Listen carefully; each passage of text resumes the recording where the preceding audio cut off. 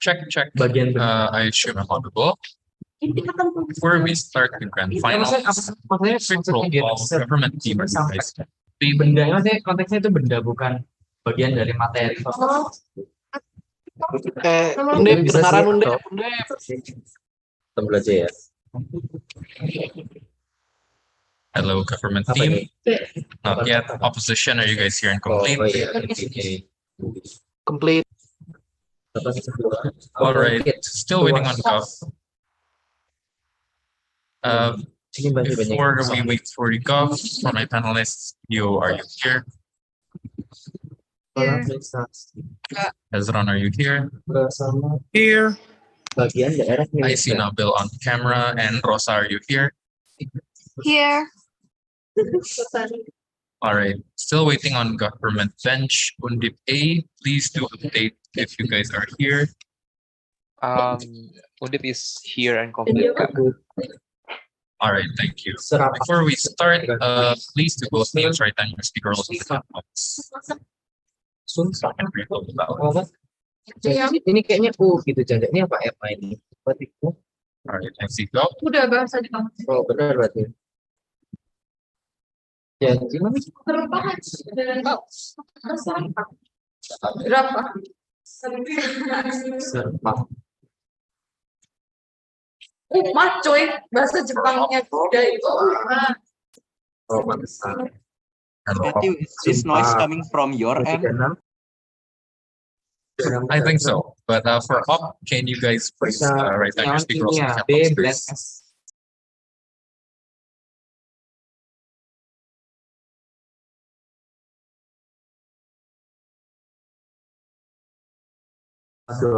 All right, thanks. Sorry for the background noise. I am in public right now because I need the Wi-Fi for this Zoom meeting. But all right, first of all, congratulations to both teams for making it this far in a classic debating competition, which is ALSA E. I am sure this is going to be a wonderful debate. We're going to be debating most of this House would abandon the Blackstone's ratio principle. Before we start, several things I am obligated to remind you of. First of all, in regards to timing, I highly encourage everyone to use their own timers so we don't lose track of time. But the committee is also going to keep time, whether that be through share screen or through the chat box. I will wait for the committee to confirm that. Number two, in regards to POIs, please take your quick reference before you start your speech, whether that be through unmuting or through chat. Please do not unmute yourself unless your opponent specifically asks for verbal POIs. And lastly, to avoid any equity violations, please do refer to each other as speaking positions, but you may state your preferred gender pronouns before the start of your speech. All right. For the committee, can I get confirmation whether you are going to share screen or do the timekeeping through chat? Yes, you're going to share screen. Wait a moment. Thank you. All right.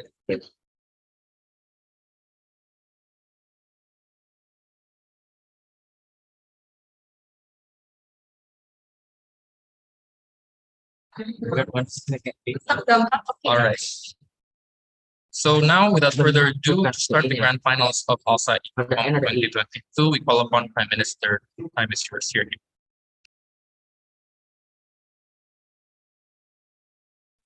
Hi, is my voice audible? Yep, audible. Okay. If my voice got cut off, you can just cut me off also. Sorry, before we start, I do kind of agree with Andre. Can we have a stopwatch instead of a countdown timer for the timekeeping, please? Organisasi pembebasan Pak.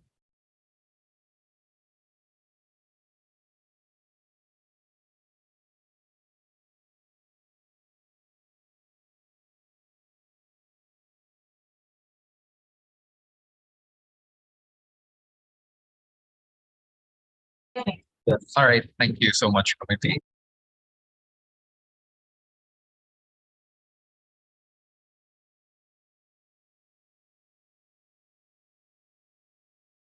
All right, Prime Minister, you may start. Okay. I assume that my voice is also audible. If you guys have any POI, you can just unmute Please do not write it in the chat box because I cannot see the chat box. Just unmute. All right.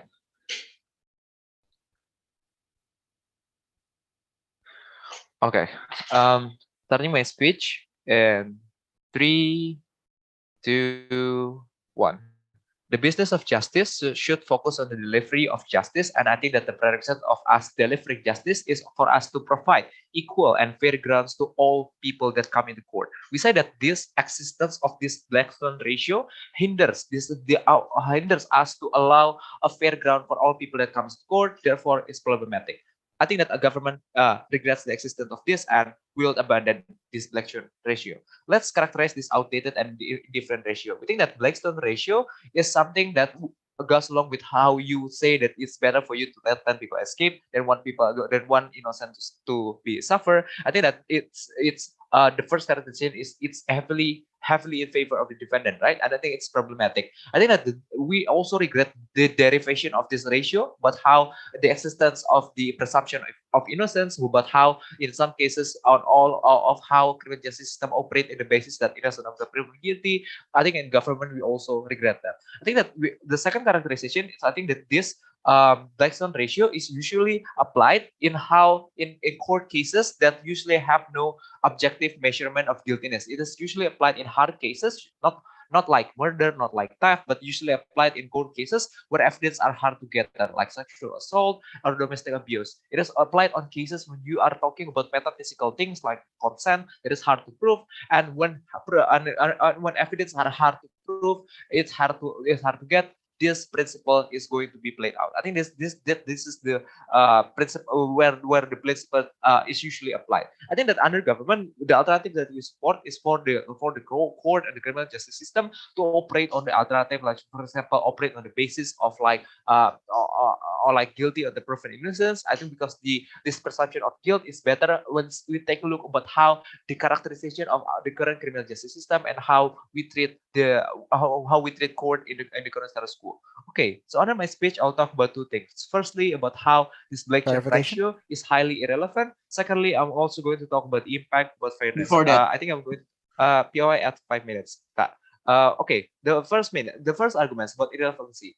There are 4 layers in this argument. Firstly, about how this principle is actually broken, it puts society in danger. Thirdly, about how the background of this principle is no longer true, therefore we should abandon it. Thirdly, about the recoverability, and fourthly, there's only 3. Firstly, about how it is how this principle is actually broken and puts society in danger. I think that the principle of that applied in law should focus on actually protecting the society. I think that the problem with this law, with this Blackstone principle, is it does not take into account the consideration of the consequences of letting 10 people escape. I think that because it's highly in favor of the defendant, and because you do not take into consequences, like for example, when you let those 10 people escape, which is like a highly superior in numerical scale. I think that this is highly problematic because you do not take away like how their ability to do harm to the society, right? Therefore, that your effort to save one innocent people, at the end of the day, will create more innocent people suffering, because like this Blackstone principle is in favor of like letting go like the defendant, even if letting go the defendant in majority of the cases, right? Because of how there is a superior numerical ratio on the principle itself. Secondly, what the background on the principle, I think that this principle is operating on the logic that prison sentence is something that you cannot recover from. Prison sentence is something that is highly disadvantageous for you and something that you cannot escape of. I think that this is not true in the current status quo, but how even if the case is some innocent people are being plunged into jail, I think that it is still highly recoverable, not unlike when this principle is created, because I think that the prison right now is like putting like a humanitarian consideration into making this prison, about how we can see that there are betterment in the system in the state prison, like how police and the wardens of the prison are being also monitored by the state, about how the action against the prisoner are being monitored, and therefore they act in better light. But also there are also access of like a private prison that also want to provide like how the purpose of the prison is detainment of their bodily harm. Therefore, they only deliver that on a better condition. Private prison exists. Therefore, I think that the background of the principle is not relevant. Thirdly, but talking about recoverability, I'm going to talk about two things. Firstly, I think about the harm that comes from the opposition only operate on the basis of operate on the basis that there are a huge likelihood that people will fakely allege one or the other of a fake crime, right? I think that the likelihood is that not that big, because alleging someone of a fake crime costs you profit, costs you money, costs you time, and I think that most of the people are not going to do that. Therefore, it implies that fake allegation is something that is not rampant. What's rampant is in comparative is, like, for example, when we see that like hard cases like rape cases or sexual assault cases do not proceed in court. I think that this is more rampant, and I think that therefore it should be the thing that we should be defending instead of avoiding like fraud allegation that has little likelihood in the very first place, right? Okay, before moving on, POI, please. Okay. Sorry, moving on. sorry, Oh, very yeah. quickly. Do you think all defendants are fairly distributed, and do you think it's always correct who is on the defendant side? Oh, yeah. Okay. So I'm going to respond that by saying that on my fourth layer, right? I think that in the case that the defendant is being presumption of guilt, I think it is highly easier for you to recover from that allegation, right? About how, for example, when you want to prove that you are innocent, the burden of proving of your innocence is highly dependent on yourself. It's not highly dependent on external things like searching for evidence that might or might not be hard locked because you are being traumatized, for example. I think that it's easier for you to prove your innocence. And also, secondly, appeal in court exists, and it's usually reserved for people that want to prove their innocence. I think it's significantly harder for you to prove the other person is guilty instead of proving your innocence, because I think that mechanisms like appeal exist solely to prove why someone is innocent, right? But secondly, on the second argument, talking about impact, I think that the biggest impact of us abandoning this principle is how we can deliver the direction of justice that is providing fair grounds to the people. We need to realize that some people come in court disadvantaged. Some people come in court with a huge trauma with that lets them unable to prove that they are the other party, that the other party is someone who is guilty, right? Because, for example, when you are being someone that accuse someone of people of, for example, sexual assault, it's going to be harder for you to recall the trauma in court, to testify. Therefore, I think that the grounds in the court is not in favor of these vulnerable people. I think that it hinders the ability of the court to actually deliver justice, because you cannot actually provide these people a fair ground for them to prove that the person is guilty, right? Therefore, we need to take care of these people. We need to provide fair grounds. I think that vote for abandoning this principle. Thank you for that speech. Next, we welcome Leader of Hoffman.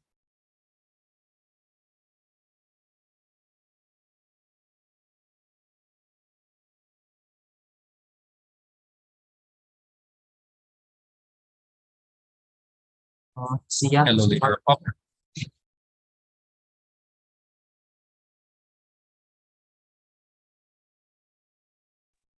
Sorry there, was just keeping my timer. Am I audible and visible? Yep, audible and visible. Good. Yeah, people like to get this done. Like, shout out to my partners, Andre and Aya, for like making it to grand final. I'm an old dino that hasn't experienced the final of ALSA UI. Even though I'm years too late, it's amazing to be here. All right, speech start in 3, 2,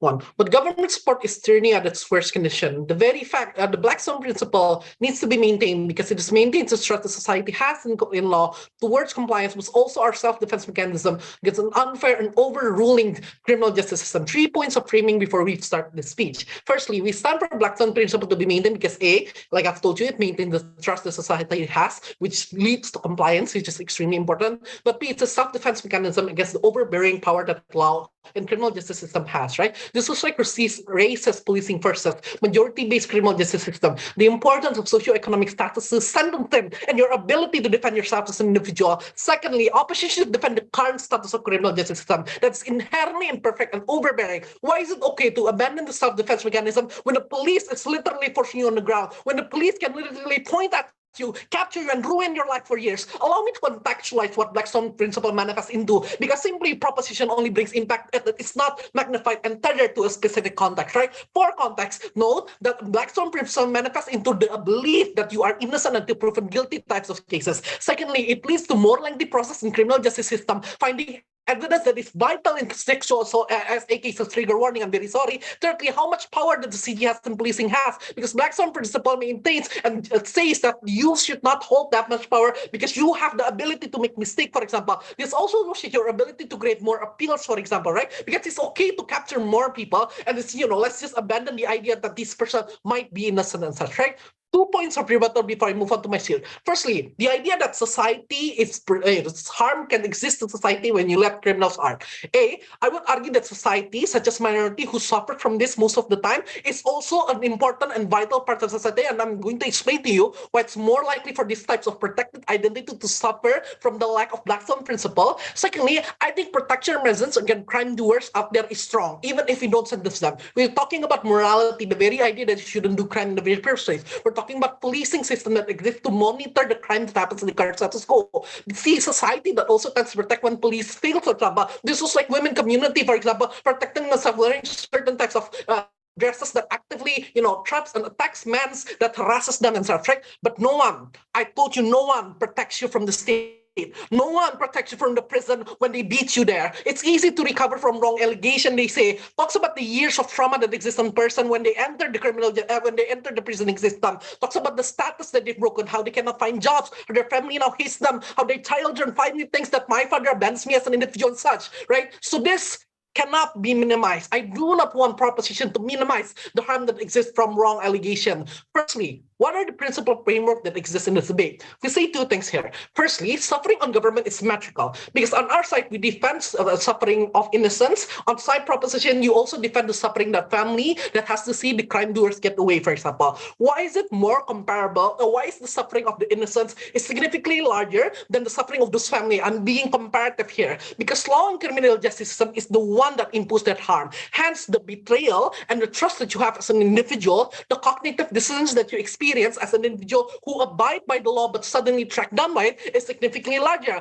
Disappointment to law and the process is numerical, because you can understand why it happens, right? You can understand if the criminal is that good at getting away. You can understand, for example, if the police are not necessarily that perfect. But in false sentencing, you can't do it to the point that you gaslit yourself, to the point that you believe that you are the individual that has done this crime, especially knowing how overbearing the investigation process often are. Secondly, min-maxing power. Note that law is inherently overbearing and powerful. The only check and balance that you have towards the law enforcing system is the Blackstone principle. The power that just hover you to ruin your life forever. The power the police have to point over you and ruin your career as an individual is incredibly overbearing, to the reason why we have democracy, for example, right now, is because the government power is that strong. That's why we need to self-defense ourselves through democracy. The principle in parallel is simple here. Because the law and the criminal justice system is that strong, you need a principle that depower them to a certain extent, knowing the fact that their power is that strong. First argument, what is Blackstone principle? What does it really manifest contextualizing? The thesis for this argument is that Blackstone does not apply all the time, but it does manifest into specific types of cases. I'm contextualizing the debate here. This is like cases of sexual assault, and I will tell you that crimes of violence also happens a lot here, because you don't really know a lot of time crimes of violence, you don't tend to get away with it and such, right? Why is this important? 5 reasons. Firstly, because stereotyping in these crimes oftentimes happens. African Americans seen as more violent, lustful, and more tendency to use drugs, for example. A lot of stereotyping happens through these judges, through these juries, through these police, and etc. Because in those cases, oftentimes the execution is simply not perfect. Blackstone is the only thing safeguarding the identities that matter. Secondly, these are huge cases with massive impact. This was like the reputation and career of the detective. They want it to be done as soon as possible for good PR and for their careers. This happens a lot in detective in the States. Thirdly, there's a lot of rage and emotion behind it as well. Knowing the fact that people and these types of cops also, empathize with the types of pain that happens. Knowing knowing these particular cases, most of the time they cannot be that rational, and this needs to be maintained as a principle. Fourthly, oftentimes these are types of crime that there are a lot of immediate engagement. This was like O.J. Simpson, pressuring the individual to punish them at the end of the day. Fifthly, minorities and socioeconomic, people in lower socioeconomic tends to live in the situation to be prosecuted in this crime. This was like black men carrying the weapon to protect themselves, them living in a neighborhood that is more relative to that and has a higher chances of crime. So note that most likely without Blackstone principle, you are more likely to arrest individual falsely because the current system is not perfect and because the current system, have all of these flaws. The impact of this is three things. Firstly, you're pushing to capture more people, imperfect investigation. Without Blackstone, it's easier to punish people in court and in trials because you want to get it done as soon as possible and you don't really care if you capture someone that is innocent. Secondly, harsher jailing and policing. Because you're obsessed with punishing this criminal without a second thought that they might be someone that is, innocent. Jailing system is already bad regard status quo. You're going to ensure the life of people inside jails become more horrid because you don't consider them as human that is capable, that could be someone that is innocent. Thirdly, this reduces the trust in law. When you prioritize capturing the wrong as many as people as possible, even if when it is wrong, you would reduce the trust the society has in law because now everyone is at stake of being captured. This is important because principally, if they want law to, because law is just a writing on the wall, and if you want it to perform effectively, you need compliance and you need trust in the society for it to have good compliance, right? The way for this is we've proven to you that this impact individual that is significantly more vulnerable. The suffering exists on spectrum, but suffering exists on a larger spectrum on side opposition, knowing the fact that the trust and the betrayal that happens on last. We have proven to you that most likely Blackstone principle is the only thing that safeguards these protected identities such as minorities to ensure that they are not prosecuted unfairly. On side proposition, they defend a tyranny that actively captures people without consideration that they are human that could be innocent. Proud to oppose. Thank you for that speech. Next, we welcome Deputy Prime Minister. Hi, Matthew. I'm changing my connections first. Please wait. All right.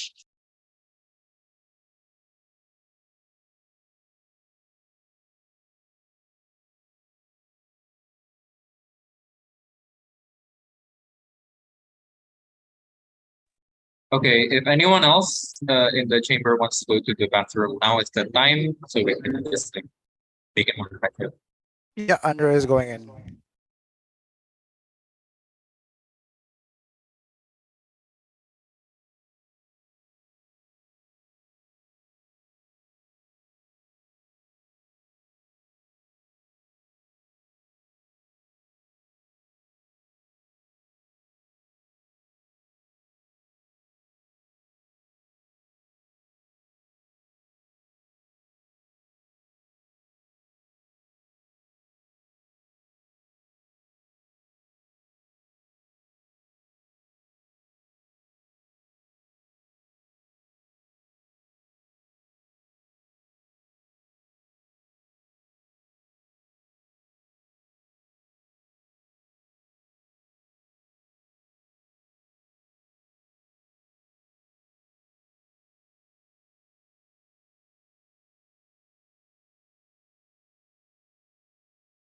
All right, office here.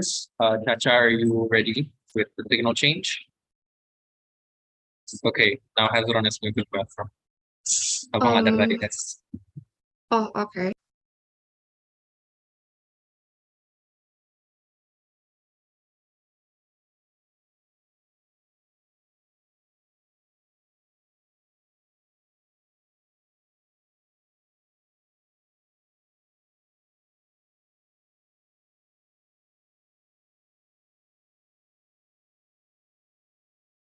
All right, all done. Whenever you're ready, you can. I'm assuming I'm audible. Yep, audible. All right, cool. For POI preferences, please just unmute yourself because I'm not gonna check the text. Okay. With that being said, starting my speech in 3, 2, 1. This debate is about which sides can protect more citizens in a criminal justice system. We told you that the Blackstone ratio emerged in the period when once you are convicted as a criminal, you lost your life. It was soon under the assumption that the prison system is going to torture you to death, and this was the period where society's awareness in pushing for a more human prison system is still low. This was also before the existence of a lot of legal assistance that allow you to appeal for the sentences that you receive, like the creation of appellate court, the existence of juries, society's awareness of politics that makes a lot of cases a public interest case, and also the varieties of punishment that occur, things like fines, community service, and probation, and does not necessarily end up in the for like throwing you away in the prison system. We think that law is already fairly generous to the punishment in which you can acquire. I think the problem is in this debate is that insofar as you have to negotiate to be able to get all of these varieties in like managing the punishment that you get, you should firstly are able to like trust yourself to put your cases on the court, and firstly even have a chance to go to the court in the very first place, right? I'm going to tell you why all of the hard-hitting opposition state can be generally tackled down insofar as you're able to go into the court first. We already characterized to you what kind of cases does this usually apply to. We told you that most of the time this applies to cases where gathering evidence is extremely hard. We told you that any other cases are comparatively easier to get together evidence for, and most of the times the power that the plaintiffs abuse are not on the fact on whether or not you're guilty of that crime. The power that usually abuses by the oppressor or like the plaintiffs are usually in the kind of compensation that you can get. For instance,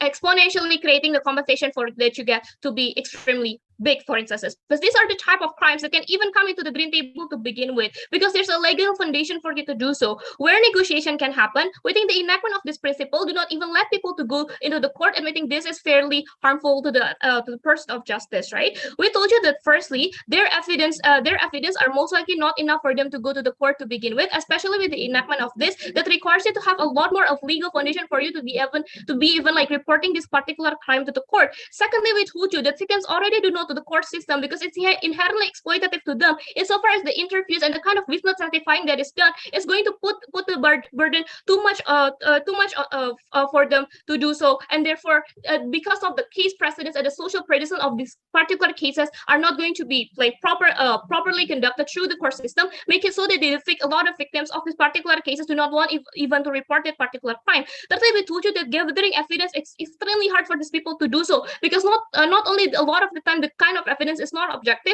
We told you that in order for them to do so, they have to recall a very traumatic memories to begin with, right? So what we want to do is that at least your case is guaranteed actions first, and then you can negotiate in terms of like the punishment and so on that particular table. So a lot of the cases that Bobby's told you, for example, are the kind of things that that is already part of the court investigation system. So this looks like most of the time things that already say like the factors into your socio-economic system or like the kind of like motivation and the intention that you have, for instance, is already part of the court investigation in order for them to be more lenient on the type of the punishment that you have. This is why court recognize things that for like evil intention, for instances, and why court recognize things that if you are doing self-defense, then you are not very liable on the crime that you have conducted because you just protect yourself. These are things that has already been negotiated by attorney and amplified by the fact that a lot of the cases are eventually not going to just in the eyes of the judges, but a lot of the cases are also going to apply to things like jury's pool in determining on whether or not you're guilty. So we're telling you that the leeway of you to appeal for that particular thing can already exist, right? These are not going to, literally this argument do not respond Rian's cases in terms of how people do not even want to go to court at all. We told you that a lot of your compounding factors like your vulnerability are something that's already a protected attribute in the court. I'm not sure why this is not true under your side. We told you that harsh policing is already highly scrutinized by the public view because like you have to have a Miranda right and police warrants for you to do so, right? This is why, like for instance, a lot of police enforcers right now are installing a lot of body cams in order for them to avoid things like reckless scrutiny or prosecution of the people on the ground. We told you that the law is like the law is like fairly developing, and that's why it's okay for us to, for instances, at the very worst case, implement the wrong sentences or punishment to the people. But again, these are already the cases that's already part of the protected attribute that the court investigation will eventually recognize, right? Secondly, is that I'm not sure why Bobby talks about the trust towards the state, because like the trust is so towards the state will be so much better under our side in the way if you want to cooperate first first for the state and the police for you to report that particular crime. We think that trust will be protected, and so far that reporting crime is not even like burdening for you to do so. And even if it's not burdening to do so, at least the trust towards the particular state can exist. And so far as like state recognize this, that even if, like, for instance, if you don't have enough evidence to bring a case to the particular court, you can still be granted the facilities to go to court and negotiate on your behalf. We think the particular enactment of the Blackstone ratio absorb the capacity for people to defend themselves on the ground and just simply say that your cases do not matter enough for you to achieve legal protection. Before I move on, is there any PI? We say on up, the reason why you can have these revisions in law is because the Blackstone principle has an underlying belief that the law can be faulty and the law can make mistakes. That's how you get check and balance. On our side, on Gov, they believe it's perfect and you can punish as many people as possible. Well, okay, but like those criticism has already existed right now. We think the already the current evaluation and the way that the law is reforming right now is already sufficient, firstly. But secondly, we told you that it's not true, right? We just simply tell you that we would rather protect the citizens and like putting the blame of putting the burden of like proving your innocence towards the people who are convicted guilty first. And we already told you that it is significantly easier rather than to prove something as guilty or not, right? So we think the capacity for you to make that particular mistake can still exist, and this is something that we considered to begin with. Your burden is to prove to us why necessarily just because you have to prove your innocence is going to be something that is significantly harder for rather than proving someone else as guilty and therefore ruin the entire perception of law at large. So what a proposition tells you, which we tell you that the current criminal justice system right now is like literally flawed systematically insofar as they don't allow the vulnerable people to eventually access the criminal justice system tools in order for you to defend yourself. The main point of proposition is that we would rather people are able to go to the court first and negotiate within the scope of whether or not they are actually a victim of this crime. And insofar as the kind of like punishment we get, we told you that it's not going to be harmful because the punishment are like more likely going to be varied and at least have a basic legal ground for you to negotiate on. The key principle here is like to allow people to access that particular justice to begin with. For all of that reason, we cannot be any prouder to propose. Thank you for that speech. Next, we welcome Deputy Leader of.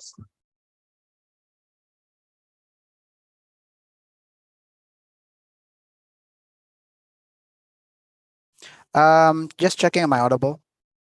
Yep, audible. Thank you. By the way, we're changing the reply. The reply is going to be Bobby, not me. So yeah. Okay, noted. That last minute change. That's it. No more changes. Okay. Starting my speech in 3, 2, 1. Government says they want to protect more people. Well, there's an inconsistency here. If in DPM, they talked about how the prison is no longer as brutal as the past and you can recover from it. This is something that PM also mentioned. But the main logic of their case is you have to punish more people to make sure they don't harm anyone else.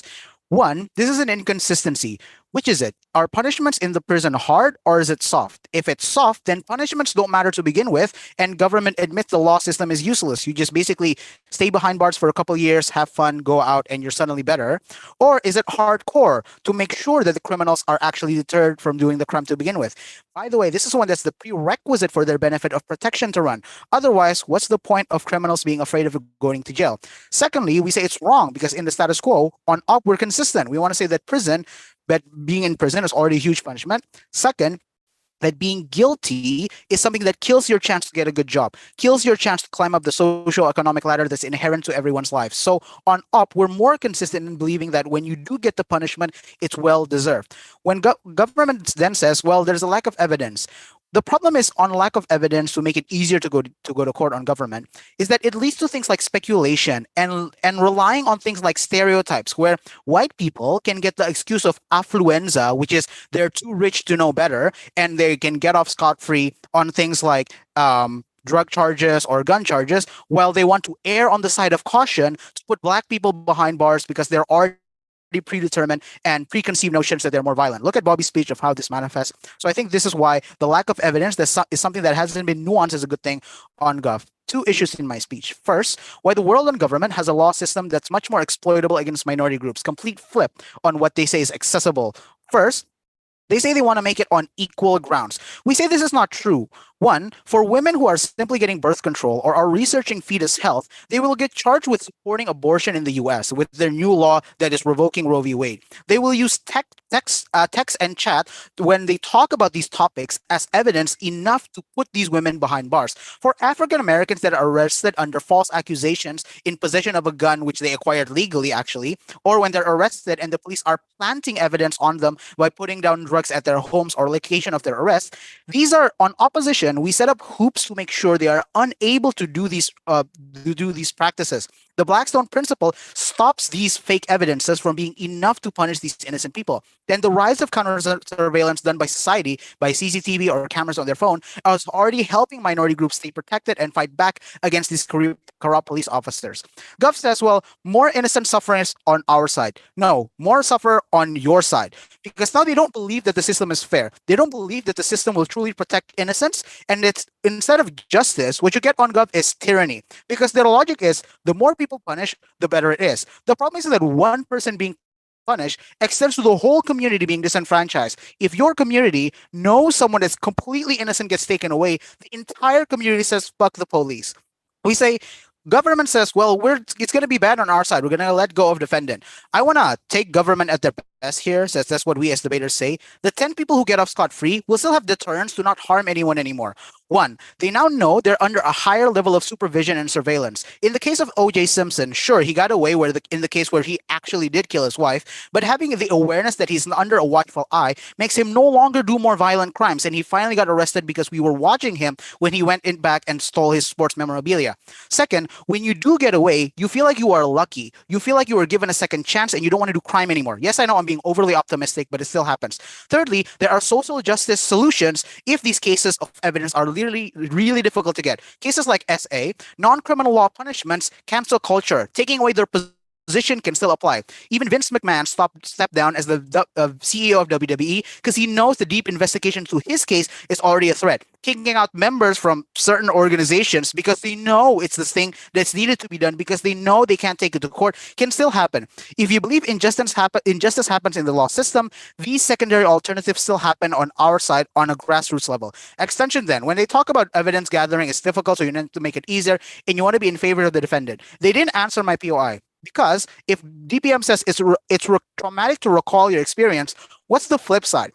It's traumatic to be gaslit into being told that you are doing something that you didn't do. You are doing a crime that you didn't do. That's worse on Gov because fake evidence forgery and creation can be sufficient ground to punish someone on government. So being guilty is a matter of how the law sees you and not always the truth. So government has to take into account the cases where genuinely innocent people are being framed for these cases, most likely. And so when they talk about how we can let the guilty people go, again, on our side, we have compensation for the victim, rehab for the victim, additional protection for the victim. So we say on our side, the weighing is one. The world in which government lives in allows instruments and implementers of law to exploit it much more easily. On our side is the increased burden of proof for innocent people to be convicted. Second, this is necessary because in reality, minority groups are more likely to be arrested and taken to court to begin with, since they are not the ones in power, not the ones with the sentiment to be protected. Before I go on to the second issue, does government has a POI? Yeah, a lot of your harms has already existed, even in the implementation of this particular principle. Why is it better than? It exists even with the Blackstone principle. It's even bigger without the Blackstone principle because I'm going to go to the second issue. The logic here is that believing that due process is necessary exists on up. The prerequisite for good investigation is the Blackstone principle because you can't allow one single wrong conviction to happen.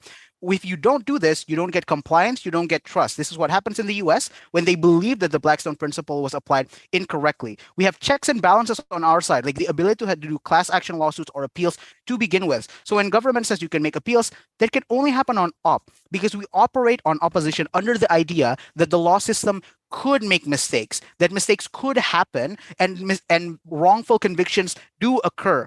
On government, you have the omittance of this idea. Since on Gov, without this principle, the law system, lawmakers, and instruments of law believe that it's okay to take down 5 innocent people as long as you catch 10 guilty people. On our side, So when Gov says it exists anyway to be able to protect them, on our side, when someone does wrongfully get convicted, an appeal and class action lawsuit can come along. And second, the threat of that pushes our lawmakers to make it better. The weighing for this is one, checks and balances only happen on our side. The Blackstone principle is the underlying prerequisite to have lawsuits against the entire law system because they believe they can make fuck ups. Second, more capacity for protected identities to protect themselves because a longer trial process exists. So it isn't just you get in the case, you present the case, bunkus, and you're done. On our side, you protect these people for all those reasons. Very proud to stand here with my teammates. Thank you for that speech. Next, we welcome Government Whip. Hi, check, am I audible? Yep, audible. Okay, I prefer just unmute yourself because I might not be able to check the chat box. Bentar, setting up my timer first.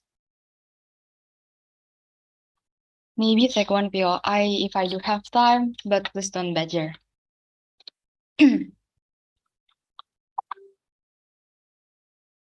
Bentar.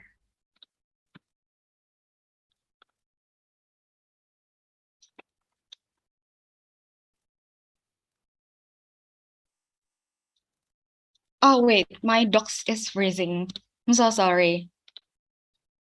Unmute. Preference unmute. Wait.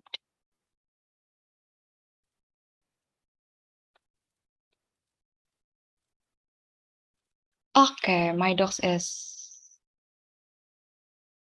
ya, udah oke. Bentar. Okay, trigger warning if in my speech there's containing some sensitive issue.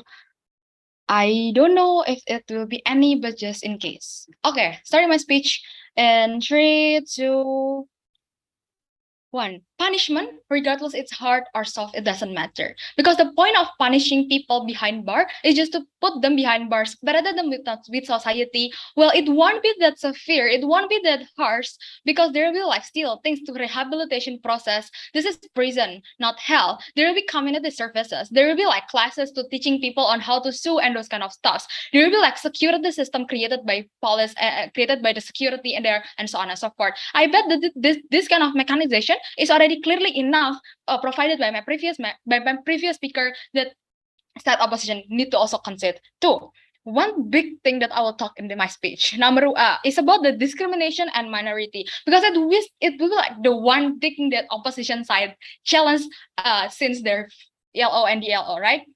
Two things. Number one, they say that you can under our side, it is likely to wrongly convicted minority, especially when they are vulnerable, discrimination, prejudice, and those kind of stuff. Several responses. Number one, note that CGS is improving. People even when they are minority or not, they can still appeal. Investigation processes under our side will still there because just by using using presumption of guilt doesn't necessarily means we will omit the process of investigation and those kind of things. The differences is that inside opposition, the one that should appeal, the one that should providing those kind of evidence and those kind of stuff, testimony is the one that is coming from the victim. But under our side, the one that should prove themselves as innocent is the defendant. So the investigation and those kind of stuff will be will still there, especially when there's when these people let's just admit when these people are just already convicted as guilt, then if there's repetition of crime or there are other crimes, CGS will still taking care of that. There will be investigation on that and those kind of stuff. Lastly though, on this point, innocent defendant when proven innocent then under our side and under the status quo right now could having those kind of compensation, name and reputation are being restored. This is why CGS are improving inherently, right? So we don't say that suddenly when these people are wrongly convicted, then CGS will just let them go and those kind of stuff. There will be still compensation, reputation and name being restored. Secondly, this debate should never take places when court and society around that are still discriminative, racist, and those kind of things, right? Why? Two things. Number one, harm will still happen inside opposition. Exactly why in status quo, lots of minority are still oppressed, lots of minority are still judged by the society. Harm on prejudice are already there. No matter how you are having those kind of self-defense power, you are unable to fight against majority. Second, regardless of which presumption you are used, when law could still be biased and racist in the practice means there will be always attempt created by court justice or like the government in itself to discriminate by compliance on the obstruction of justice, creating other attempt like racial profiling and else. Means opposition need to answer why this one happen under your side anyway when the system will not is already that worse and is already that bad. Why then self-defense by this minority at best under their side of the house is useful and is beneficial for this kind of minority because this minority is already aware that the system is already that racist. Why would I? No, thank you. No letter. Why would I like appeal, for example? Why would I do those kind of effort, for example? Because the court justice, the practitioners of the court justice is still racist and discriminative to me. But even if their context could still run, opposition need to explain why self-defense in the midst of no changes could still be obtained and it's good and marginally beneficial under their sub-house. This need to explain by LO and the LO because when it's come to under their whip, then I think that is unfair and too late anyway. So their context at best could never run in this debate later. Secondly, though, talking even if they're like even if regardless of the court system whether it's racist or not, opposition side's benefit and harm need to can run if they can explain that several things. Number one, why wrong conflict won't happen at best or at worst is lesser under their side of the house, right? Because note, this harm is at worst symmetric in both sides, and people could not do nothing against the court when the context of side opposition is true. So they need to explain why harm they brought is valid and indeed could solve the problem better. Because if the people in power is already that manipulative, then how could you fight against it? You need to like those kind of things need to be answered by side opposition that is speaks, right? Secondly, though, game of evidence, obstruction of justice is symmetric on both sides. Reason being, lots of people are this is the reason why people are maybe wrongly convicted in both sides of the house. Exactly, system is not perfect. This is where we try to reflect and repair it to protect more minority. To be harmed on the side on our on the people on the ground, becoming the minority, becoming the victim, and those kind of stuff, right? So we say that this harm brought by side opposition at worst is symmetric, at best and at worst is symmetric in both sides. Thirdly, a problem they talk about is that inside government you can only put people to be more conflicted wrongly. We said that no. My previous speaker already explained to you clearly. More on that, minority already aware they could unite when racism is big. They already awareness inside of society, campaign are there, and those kind of things. This is why BLM are a success in US and those kind of stuff, right? Reason being, this is more likely under our side of the house, right? And even if in worst case, this kind of people, this kind of minority are wrongly convicted. Several responses. Cancel culture doesn't really work right now. Okay, I take it. On both worlds, evidence forgery and faulty witnesses exist. It becomes enough to punish innocent people on Gov world, while on Op you have more scrutiny. We justify 10 people being let go. You haven't justified any one person being punished. Yeah, okay, but I don't understand why then this kind of majority could still escape under your side of the house. I don't think like why can suddenly when the world under your side, especially the context that have been brought since beginning, is that racist, is that bad?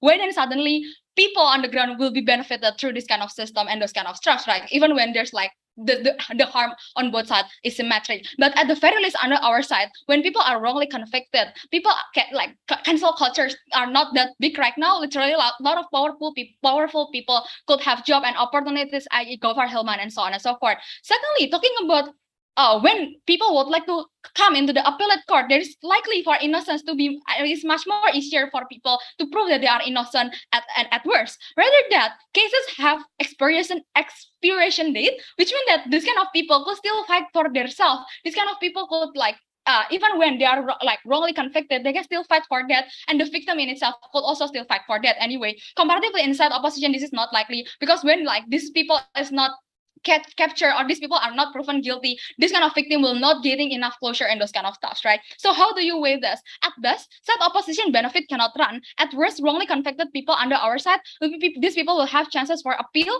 the chances to gain public support and those kind of stuff because public awareness is already there. This is under all of those reasons, government. Thank you for that speech. Thanks to welcome opposition whip.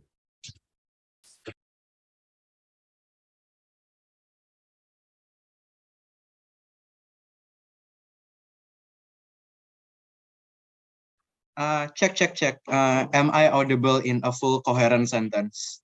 Yep, audible. Perfect. So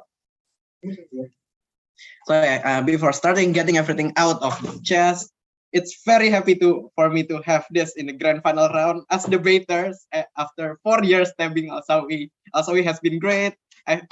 I've attended this event since like 2017, never missed anything since. Finally in the grand final stage, even though it's online, still very happy.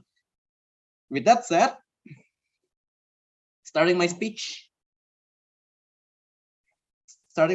in 3, 2, 1. It is bad enough that Undip reduces NBA into a theatric full of comedy. Now they want to reduce law enforcement and criminal justice system into a theater of comedy, into a security theater where all they obsess with are capturing anyone regardless of their innocence of guilty. A performative actions just to make sure people have a blind faith, a false trust towards a system that is inherently faulty and can capture them at any time in being without necessarily having the capacity for the civilians to go and check against the institution that have been empowered to go against them.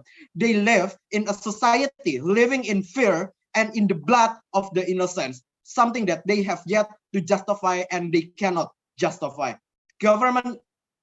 Government's keyword in this debate is which side could provide you the delta of the cold steel, quote unquote, which side could have that ability to check and balance against the law enforcement that has been empowered against us. Which side of the house could provide the improvements? This is the delta that we are going to measure. Let's go to number 1. They talk about how victims don't want to report crimes. They have to recall traumatic memories. Yada, yada, yada. Number 1, this is exactly why they want to convict the right person. I don't think any victims coming up to the government, to the law enforcement, want just any random person getting caught regardless of their innocence, of their guilt, right? But number 2, the protection of the innocence is the prerequisite to the trust of the system, especially in lots of crimes where evidence are hard to be gained because of the private nature of or the inadmissible evidence of the nature. Trigger warning, some of these crimes will include sexual assaults and so on and so forth. What's stopping the victims from getting countercharged with defamation by the defendant? What's stopping these people from being, look, I have a friend, I used to have a friend who is an ex-assault, right? The way they do this is to reverse allegations, is to say that, oh, the other side raped me first instead of them raping the victim, right? This is something that we do not want, but in their side of the house, they allow these individuals to countercharge, and with the imbalance of power, the asymmetric of information, this can happen, and it's as easy for the accusations to be reversed for these individuals who initially want to get justice and be served justice instead. This is something that is much more dangerous on the government side of the house when they then allow no protection at all. No, thank you, to the innocent. But number 3, when they talk about cases with lack of evidence, let's engage to this. This is something that they do not have, right? In the case of lack of evidence, you introduce more speculations, more biases from the jury, more stereotypes from the judges. In lots of cases as well, lots of situations allows law enforcement like the police department forcing you to make confessions even if you're innocent. And as a civilian, you cannot prove your innocence because of administrative reasons. With that said, it becomes much more dangerous without this Blackstone principle, right?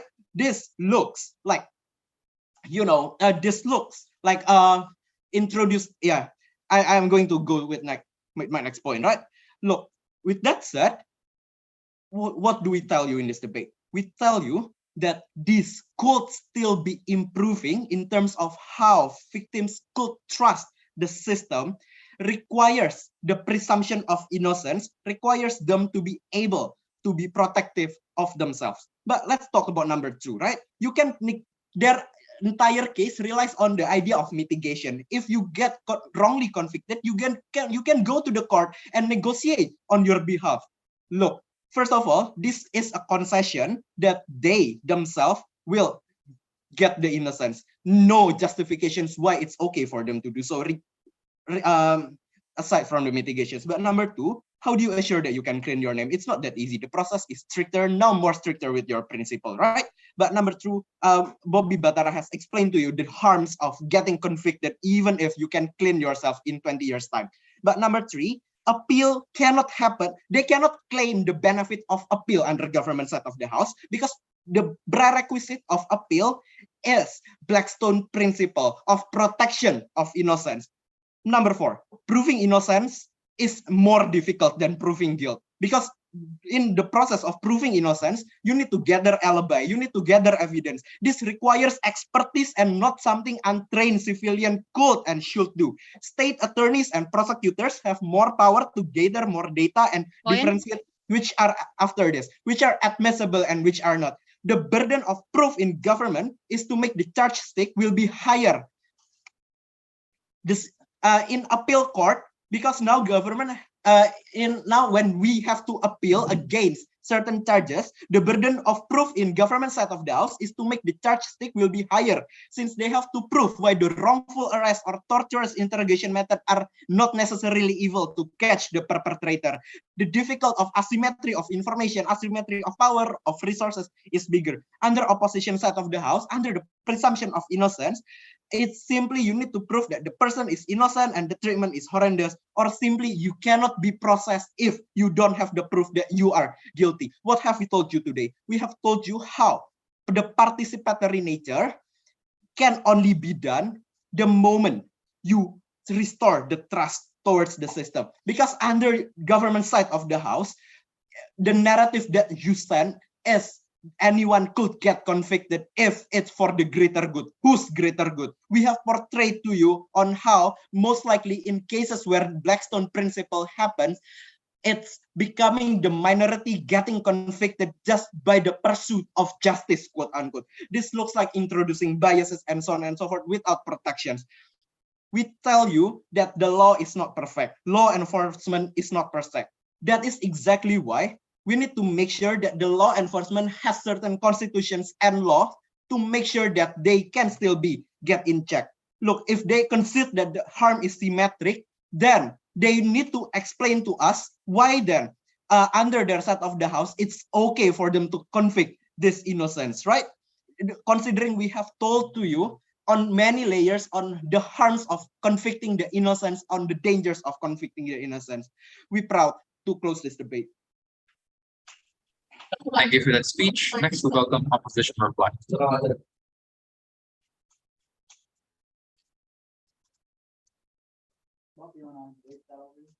Yep.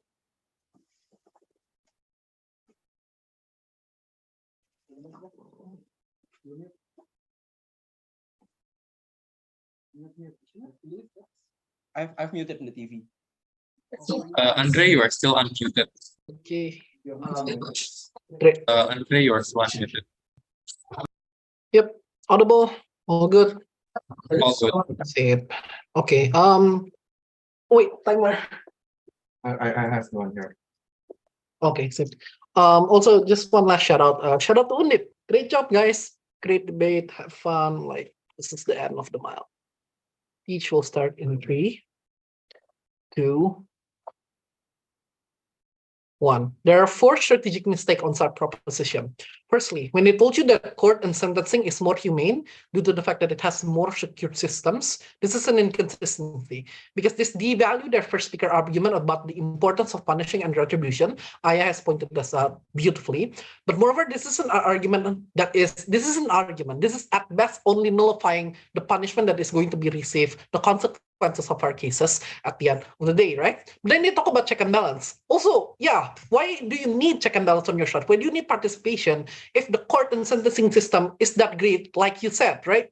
Secondly, the context of crime without evidence, this actually helps us. Andreas pointed this out beautifully, by the way. They've told you that exactly because these are crimes without evidence, with it's when it's really hard for evidence, this increase the likelihood for biases such as stereotype to tap into society, like we've already explained to you. So this increased the likeliness of our harm that we've already told you, of which they've never engaged with.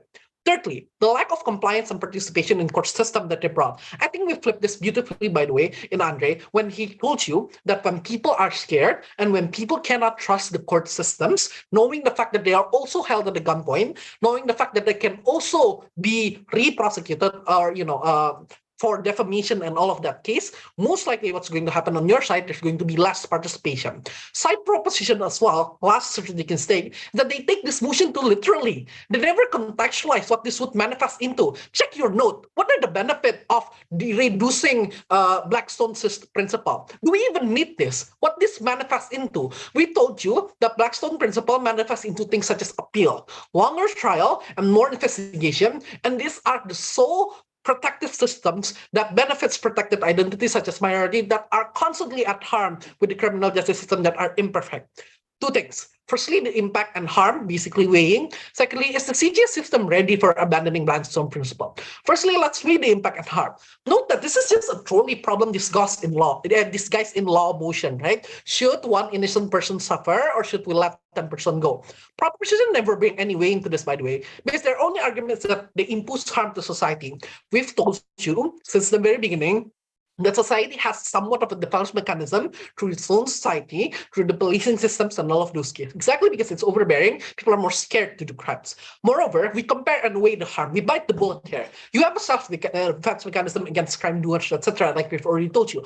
But you don't have a self-defense mechanism against your reputations once it's ruined when you enter the prison system, the trauma that the prison system has, how it changes you as an individual, and how you misses your life as an individual. Once the gavel is hit, your life is done.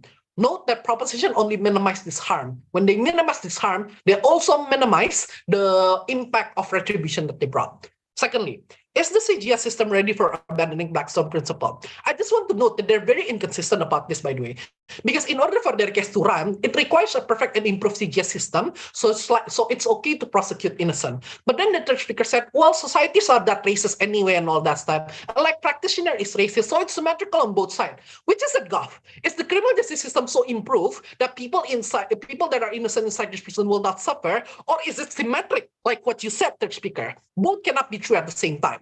We agree that it's not perfect, and there are multiple of reasoning that we've told you that it's not perfect. Stereotyping, the fact that it involves a lot of PR, no response to this whatsoever, when it's more likely to prosecute minority. We have told you exactly because of that. We need this to check and balance. A, it actively depowers this criminal justice system. This is the sole beneficiary factor that ensure criminal justice system is not that strong, and we are able to view it not as a perfect entity, the power of appeal, like I have already told you, the protections of innocence and our ability to constantly negotiate when we know that it's not perfect, and law are able to make mistakes and punish innocence. The weighing here is likeliness. There are significantly more likeliness analysis on our side. Then they say, you could check and balance anyway and say that it exists right now. A, the response is that law progresses, so we don't need this. This is untrue. But B, the point here is Blackstone is causation, right? When propositions say it exists, they never understand the nuance and causation of this check and balance. It's Blackstone principle. They never prove when status quo is already that progressive, why would it sustain without Blackstone principle, right? The magic bullet here, they say, is participation. At best, we respond to this that participation is worse on their side, right? Prop are stuck in a cesspit of inconsistency in which they cannot return. If the progress are great, it reduces retribution. If it's not, that it magnifies the harm that we told you. Both can be true at the same time. Both teams can win, and I'm sure Binus wins this round. Proud to oppose. Thank you for that speech. Friendly reminder that the time limit is 4 minutes and 20 seconds. And now to close the grand final, we call upon government reply.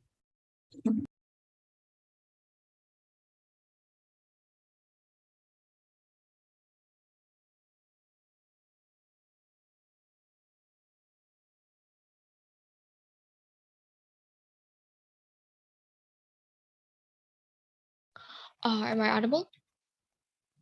Yep, audible. All right, cool. Gonna start my speech in 3, 2, 1. Correlation does not mean causation. The biggest pitfall of opposition is that they assume that they are able to win this debate through delegating all of all of the flaws of the system by the lack of enforcement in this principle. There are two ways in which they can win this debate. Firstly, if they are able to explain whether this principle actually can prevent all of their harm, but secondly, if they're able to override our urgency. But firstly, if they are, we told you that ever since the enactment of this principle, all of their harms still run anyway. But also we told you that the incentive to reform the court system still happens in an organic changes in social movement, in the development of court investigation, differentiation of the kind of punishment that you can receive under both world. The incentive is not going to be that amplified under your side anyway. We're not sure why the enactment of this principle is enough. And is enough? Why does not this changes happens at the very first place, right? We told you that the use of this particular principle are used mostly to defend the court to not eventually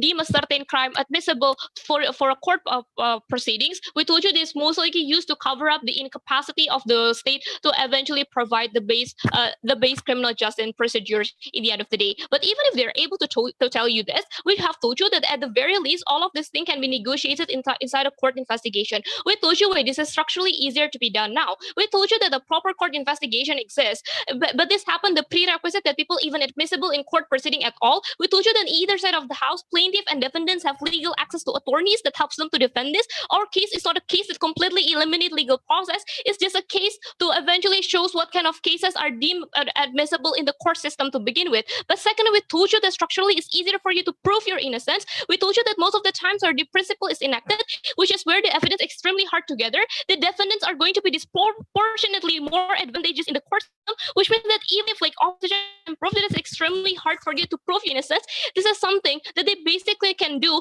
and this is something that basically they can do comparatively to the victims and the plaintiff in gathering evidences and so on, right? But third, even if somehow they have proven to you this, they still have to tell us why this is likely to for this false allegation to eventually happen, and it's going to be rampant in the end of the day. Because we told you that the rational calculus of people is that they don't want to invest in a lot of court system because it's emotionally taxing. It's like energy. Mathematically talking, it's very, very taxing, right? They don't why are they what are the incentive of people to eventually do fake alleged crimes and eventually going to harm them in a lot of ways, right? They never explain why this is likely to begin with. So I'm not sure. I don't think that all of their harm can suddenly be disproven just because the enactment of this principle. I think there's a stretch to begin with. I think the usage of this particular principle has only been insofar as defending the state to not enacting a proper court proceeding for a crime that they deem unadmissible because there's not enough evidence together, right? But secondly, they have to still win and override our agency to begin with. Which told you that even if under both side law is bad, other form of crime has an objective proof and evidence and can be put in a negotiation process inside a court. We told you that court investigation allows you to reduce your sentences, allows you to emotionally appeal to the juries. We told you that cases have expiration date, but you can always appeal for your own innocence to begin with, right? But secondly, they never explain to our agency and why will people even go to court at all when the court actively tell them that it is not admissible for you to be negotiated, right? They never explain to us why the need for people to utilize a proper legal tool and receive the particular legal system defense is eventually not that important in comparison to the potential harm of the innocent people that is going to be punished. We told you that the potential harm of people going to be punished, there are a lot of ways for us to prevent this to happen without this particular principle. And we already told you at the worst case scenario in which you are going to go into the particular prison, we told you that it is a trade-off we're willing to take. And so far as we already proven to you that the prison system is not going to literally violate your human right, it's just going to protect you and push you to do community service and so on, right? All of this shows you that our urgency in terms of the right of people to even access legal power is still standing in the end of the day. We cannot be any prouder to propose.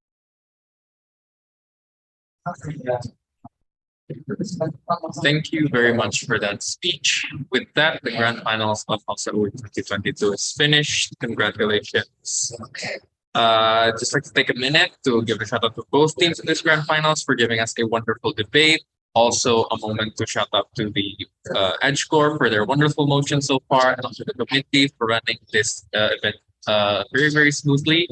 I thank you all for the honor of giving me the honor of being the chair for this wonderful grand finals. With that being said, to both teams, you guys can virtually cross benches and shake hands.